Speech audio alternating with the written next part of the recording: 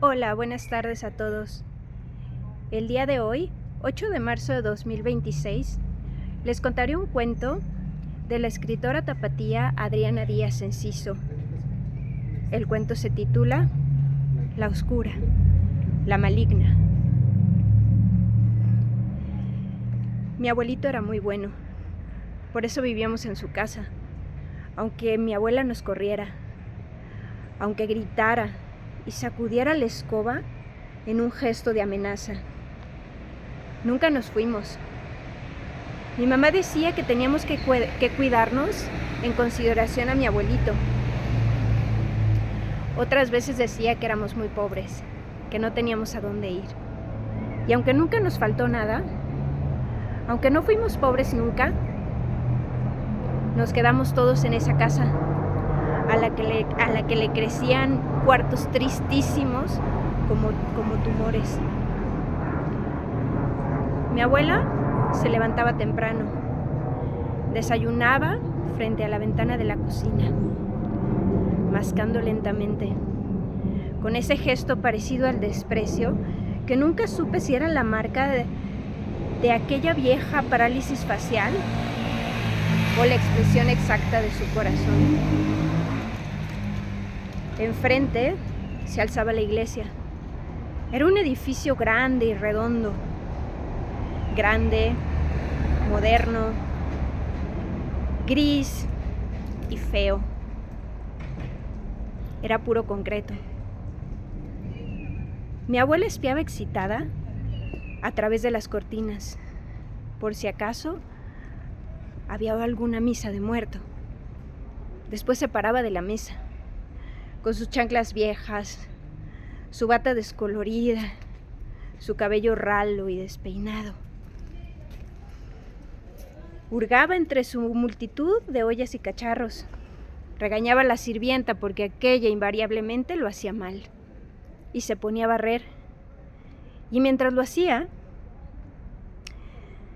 silbaba melodías desconocidas. Era un silbido débil, como aire escapándose de un hoyo en la tráquea. Mi abuelo se iba a trabajar.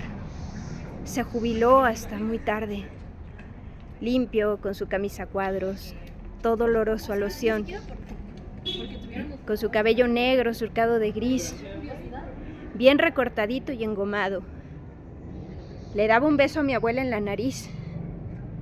Ella reaccionaba de mala gana, escondiendo su más íntima sonrisa, como un adolescente haciéndose del rogar. Y él, sonriendo, se iba en su enorme Rambler, que en mi memoria de aquella mañana en la que apareció de pronto en la cochera de la casa, rodeado por nuestro entusiasmo, era amarillo. Sin embargo, mis amigas decían, cuando iba por nosotros al colegio, que era el auto viejo y desteñido del abuelo. Mi abuela silbaba todas las mañanas.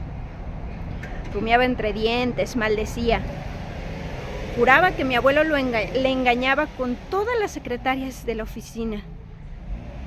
A veces ella y mi madre peleaban, casi siempre a gritos.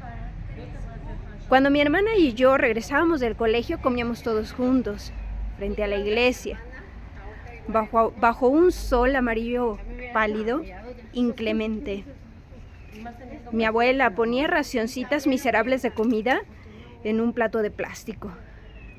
Mari, ahí está tu comida. No todas las sirvientas se llamaban Mari, pero eso a mi abuela le daba igual. Mi abuelito era muy joven cuando dejó a la trapecista. Dicen que ella era muy linda, pequeña, ágil, esbelta. No sé bien cómo se llamaba. ¿Alguna vez escuché a mi abuela que la llamaba Mari? Cuando mi abuelito la dejó, no le dio ninguna explicación. Dicen que la dejó ahí llorando. Dicen que ella no volvió a amar nunca y que terminó bordando flores en todos los manteles cuando era ya demasiado vieja para subirse al trapecio. Fue entonces cuando a mi abuelito le engatusó la otra, la oscura, la maligna. La odiaba a mi abuela. La odiaba a mi mamá.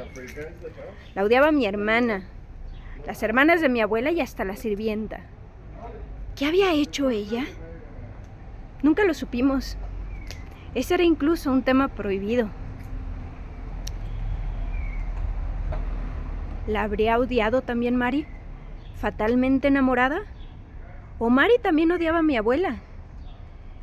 Que si se creyera en aquel delirio de mi tía, la más mayor, estaba embarazada cuando mi abuelo por fin le dio el sí y se casó con ella.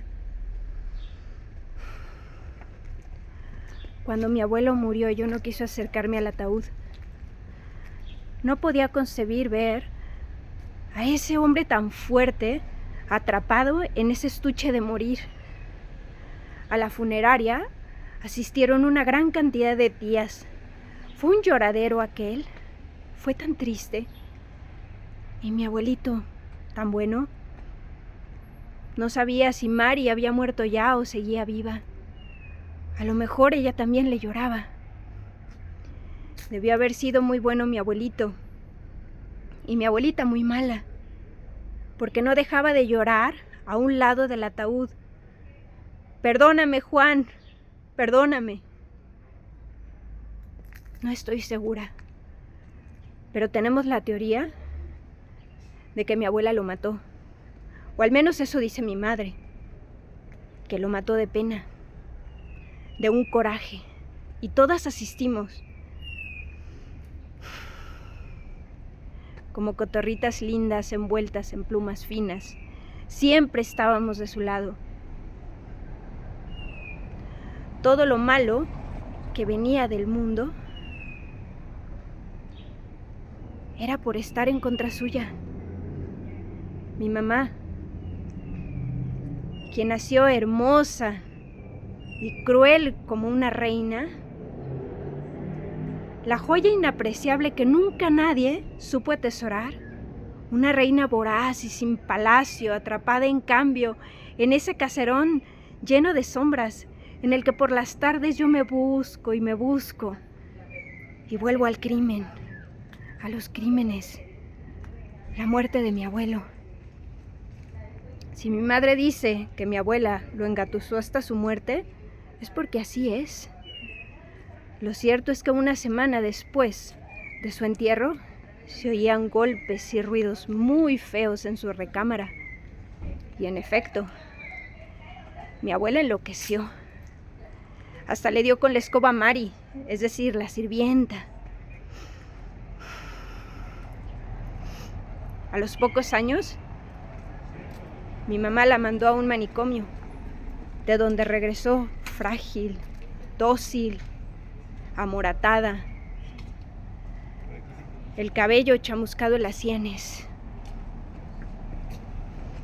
Y ya no hizo más que preguntar por mamá por el resto de su maltrecha vida. Lo cierto es que nunca más la vio. Y mi mamá ni siquiera a su entierro se paró. El alma de la reina, a fuerza de decepciones, de comprobarse una y otra vez que el mundo era tan poca cosa, se había endurecido como piedra. Nunca nadie volvió a hablar más de la otra, de la oscura, la maligna. Mi abuela guardaba las cartas porque yo, cuando era pequeña, las vi debajo del sofá donde veíamos la televisión. Después fueron a dar al baúl que estaba al pie de la casa de mis abuelos. Nunca supe si fueron cartas de amor. Lo cierto era que se hablaba de ellas en casa, con mucho odio. Nunca supe tampoco cómo fueron a dar ahí y por qué se conservaban si aquella mujer había hecho tanto daño a mi abuelito.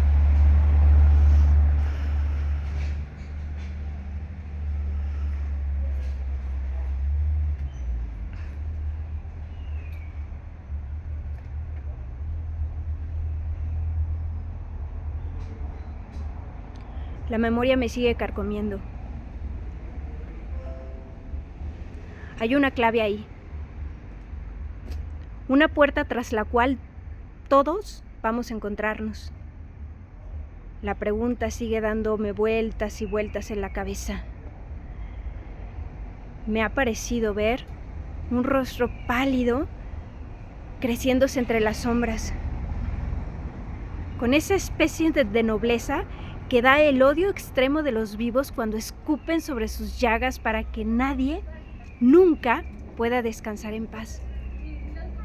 Y me entra un miedo inmenso, un miedo fascinante de ser como ella, de encarnar como ella el mal de este mundo impío, de merecer todas las maldiciones de mi madre, esa flor negra que encarna la forma perfecta de su odio. Y como un espejo a solas me pregunto, ¿qué fue lo que hizo esa mujer?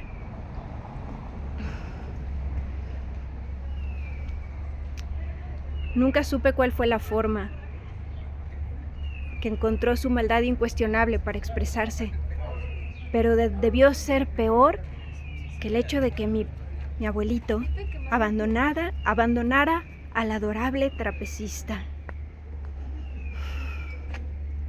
Lo cierto es que algo tuvo que ver su gran pecado. Cuando se colgó de no sé dónde y quedó muerta, mucho antes de que yo naciera.